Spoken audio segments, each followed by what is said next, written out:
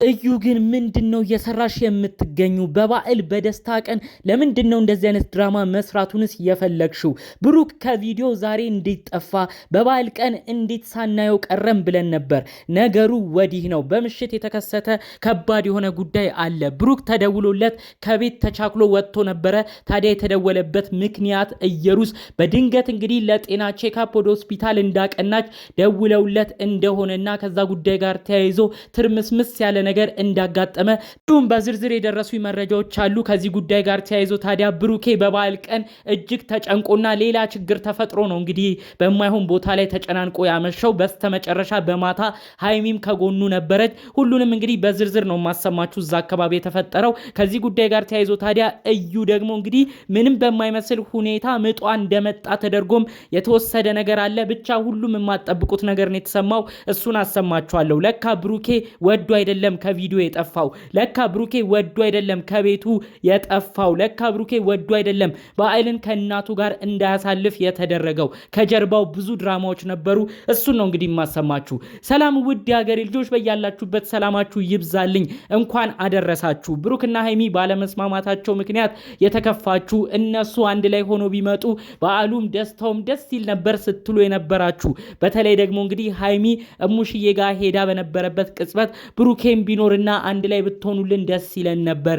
የብሩክ እናት ብቻ አይደለም ይሄ ምኞት የሁላችንም ነው እያላችሁ ብሩክና ሃይሚ እባካችሁ አንዱኑ እያላችሁ ስትለምኑ የነበራችሁ እናንተ ቅን የሀገሬ ልጆች የእውነት በያላችሁበት ፈጣሪ አምላክ ሰላማችሁን ይስጥልኝ። ቀጣዩን ዓመት በደስታ ሆናችሁ የምታስቡት ነገሮች ሁሉ ተሳክቶላችሁ በዓልን በሀገራችሁ ለማክበር ያብቃችሁ። በተለይ በስደት ሆናችሁ የምትከታተሉኝ የሀገሬ ልጆች፣ በሀገር ውስጥም ያላችሁ የተለያዩ አድናቂዎቼ ይህንን ቪዲዮም የምትሰሙ እናንተም ያላሰባችሁትን ሲሳይ ፈጣሪ አምላክ ሰጥቷችሁ ለቀጣዩ ዓመት በሰላም በጤና ያድርሳችሁ።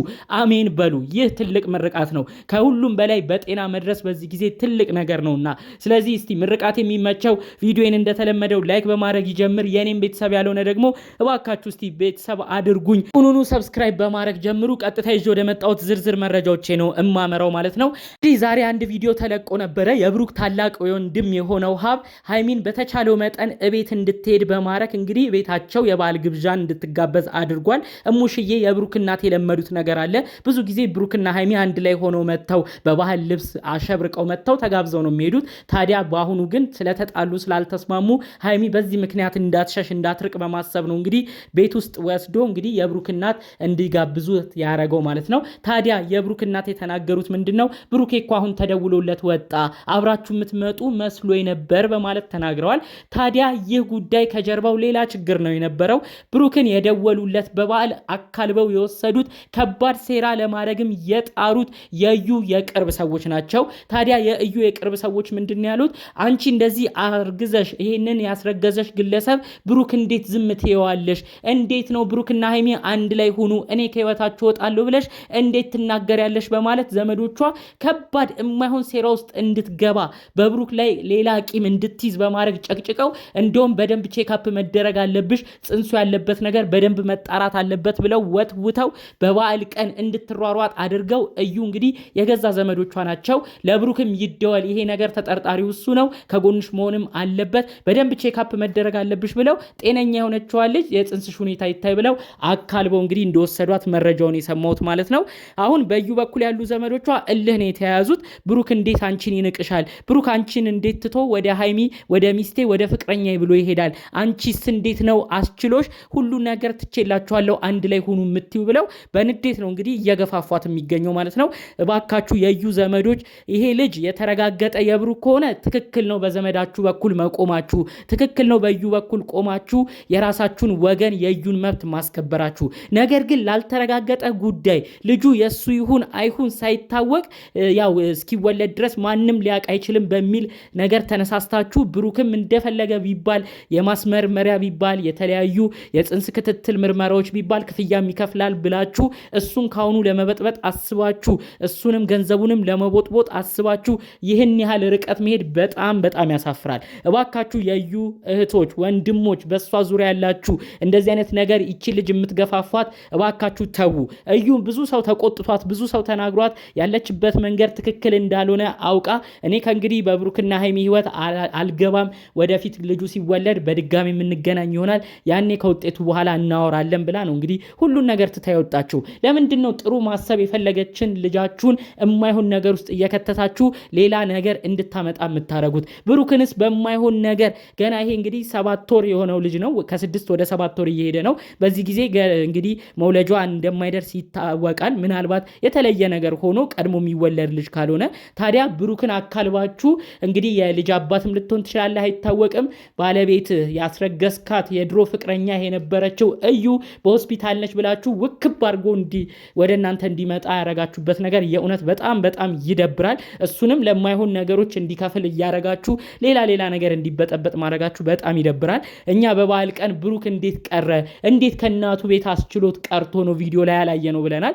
ጣጣው ግን ከጀርባ እንደሆነ ነው እንግዲህ የተረዳ ነው ማለት ነው። በማታ ደግሞ እንግዲህ ያው ሃይሚም ከነሙሽዬ ጋር አንድ ላይ ጊዜ አሳልፋ ነበረ፣ ተጋብዛ ነበረ ምሳ።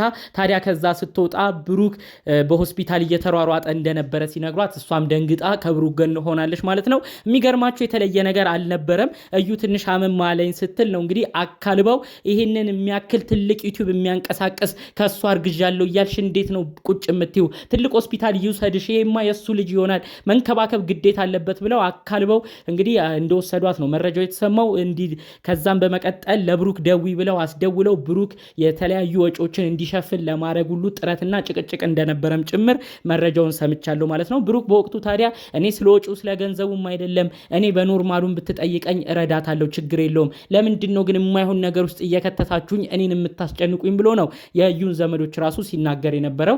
ይህን ነገር እንግዲህ እዛ አካባቢ ያዩቸው ሰዎች እነ ብሩክም ሲሯሯጥ እንደነበረ ያዩ ሰዎች ነው በዝርዝር መረጃውን ያደረሱኝ። ምናልባት ጉዳዩን ለማስፋት ካልፈለጉ፣ ለማጋጋል ካልፈለጉ ይህንን ጉዳይ ዩቲዩብ ላይ ይዘውት ይመጣሉ ብዬ አላስብም። ምክንያቱም እዩ ድጋሚ ወደ ህይወታቸው በዚህ ያህል ፍጥነት መጣች ማለት ድጋሚ በብሩክና ሃይሚ መካከል ሰው ሀሳብ መስጠት ይጀምራል፣ የተለያዩ ነገሮች መባል ይጀምራሉ። ድጋሚ እነዚህ ልጆች ልዩነት ይሰፋል። ስለዚህ ያንን ስለማይፈልጉ አሁንም ቢሆን እባካችሁ ብሩክና ሃይሚ ጉዳዩን በውስጥ ያዙት። ምንም አይነት ክፍተት ላለመፍጠር ሞክሩ ማለት ነው። ሀብም እባክህ ከወንድምህ ጎን ለመሆን ሞክር። ብሩኬ ሆዶ ቡቡ ነው እናውቀዋለን፣ ብዙ ነገሩ ንጹህ ነው። ነገር ግን አንዳንዴ በሚሆነው ነገር ቶሎ እንዲደናገጥ ነው እያረጉት ያሉት በተለያዩ ቤተሰቦች። ስለዚህ ምንም ላልሆነ ነገር እንዳይደናገጥ ወደ ራሱም እንዲመለስ አድርገው ለማለት እንፈልጋለን። ዛሬ የሰራው ስራ ግን በጣም የሚያስመሰግን ነው። ይህ ነው ታላቅ ወንድም ማለት። በጣም የብሩክ ታላቅ ወንድም ጥሩ ስራ ነው የሰራው። ብሩክና ሃይሚ ቢጣሉም ሃይሚ ግን ከኛ መራቅ የለባትም፣ እናቴም እሷን ማጣት የለባትም በማለት ነው እንግዲህ በክብር ወደ ቤት እንድትመጣ አድርጎ በክብር እሙሽዬ እንድትጋብዛት አድርጎ ጥሩ ፕሮግራም እንዲዘጋጅ ተደርጎ በዓልን አብራ እንድትውል ያደረገው። በእርግጥ የባህል ልብስ ለብሳ እንደሌላው ቀን አልደመቁም፣ እንደሌላው ቀን አብረው አልመጡም። እንደዛም ቢሆን ግን ከቤት እንዳትቀር ነው ያደረገው። እሙሽዬም ደጋግማ ተናግራለች፣ እባክሽ ልጄ አትቅሪብኝ፣ ብዙ ነገር አስለምዳችሁኛል እኮ ፍቅርን አስለምዳችሁኛል፣ ትጠይቁኛላችሁ፣ ለምንድነው ሃይሚዬ አሁን ግን እየጠፋሽብኝ የመጣሽው በማለት የብሩክ እናት ራሱ አዝነው ነው የተናገሩት። ስለዚህ ይህን ጉዳይ ከግምት በማስገባት የብሩኬ ታላቅ ወንድም ሀብ የሰራው ነገር በጣም የሚያስመሰግን ነው። እባክህ በዩ በኩል ያሉ ሰዎችም እንዲረጋጉ አድርግልን ለማለት እፈልጋለሁ። እናንተ ደግሞ ይህንን መረጃ የምትሰሙ በተለያየ ቦታ ያላችሁ ሰዎች ብሩክና ሃይሚ በቀጣዩ ባሉት ጊዜያቶች ወደ ፍቅራቸው ተመልሰው እንደው አንድ የሚሆኑበት ነገር እንዲፈጠር በጸሎት አስቧቸው ነው ለማለት እንፈልገው። ሌላ የምለው ነገር የለም። በስተመጨረሻ ለዛሬ ይዘን የመጣነው መረጃ ይህን ይመስል ነበረ። ቪዲዮዬን ላይክ በማድረግ ጨርሱ። በሌሎች ጉዳዮች እስክንገናኝ ሰላሙን ሁሉ ተመኘሁላችሁ። ሰላም።